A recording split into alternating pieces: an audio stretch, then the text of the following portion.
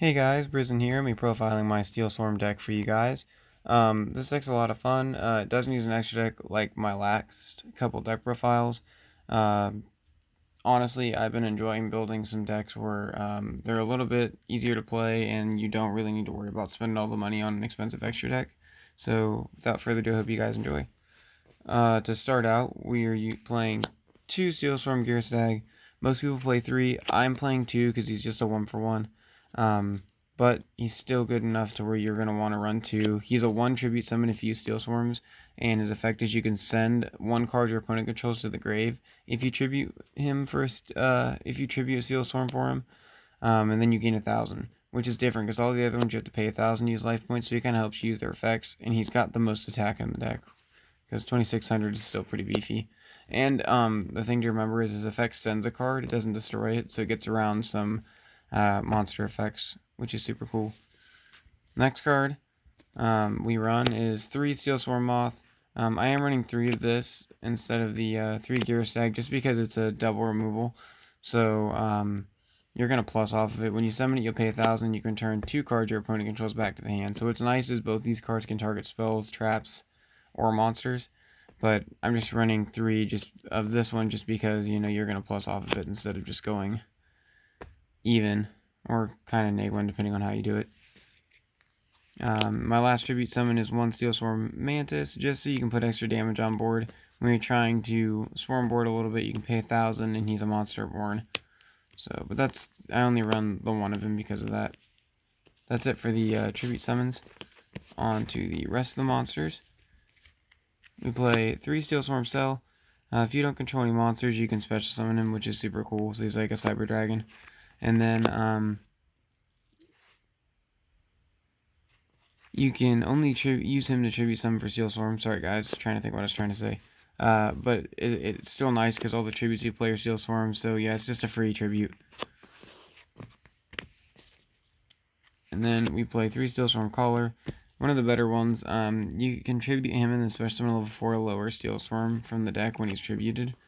Which is super cool because you can just summon himself, so then you have another one to tribute and summon another one, so it just kind of gets the tribute fodder out of your deck.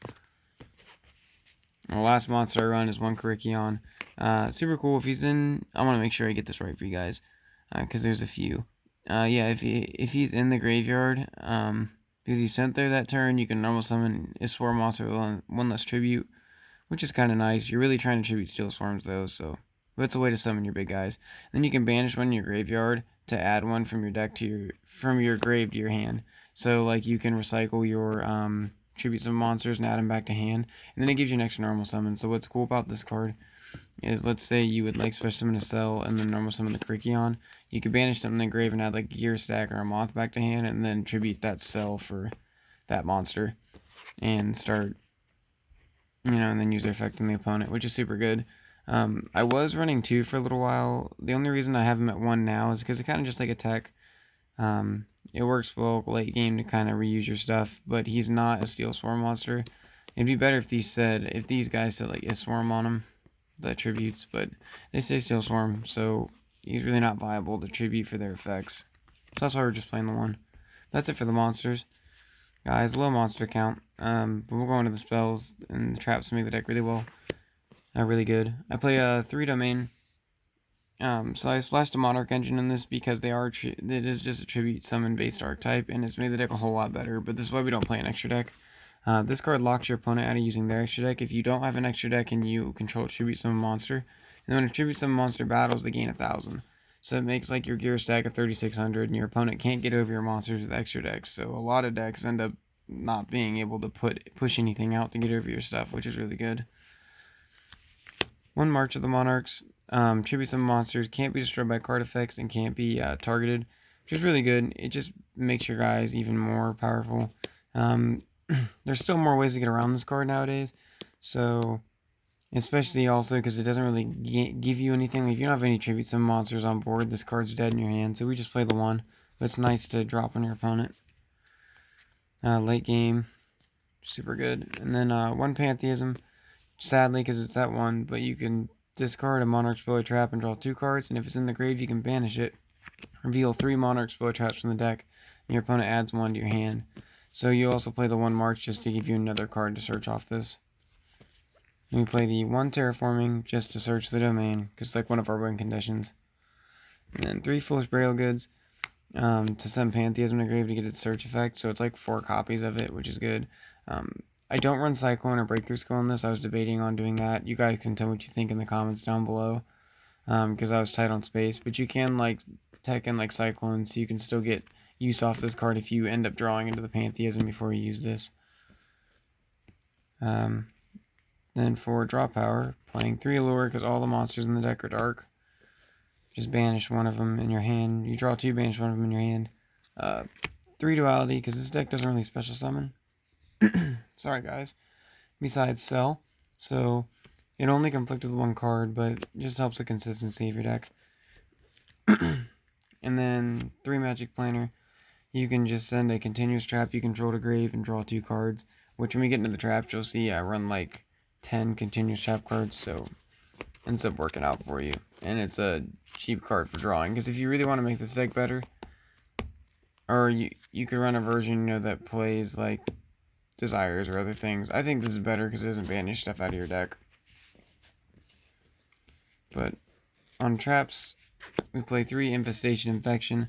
You can shuffle a Steelswarm monster from your field or your hand to the deck, and then add one from your deck to hand, which is super good because it combos well with the next card we run, 3 Escalation of the Monarchs, which is another reason why Pantheism is good, because you can search this if you already have the domain.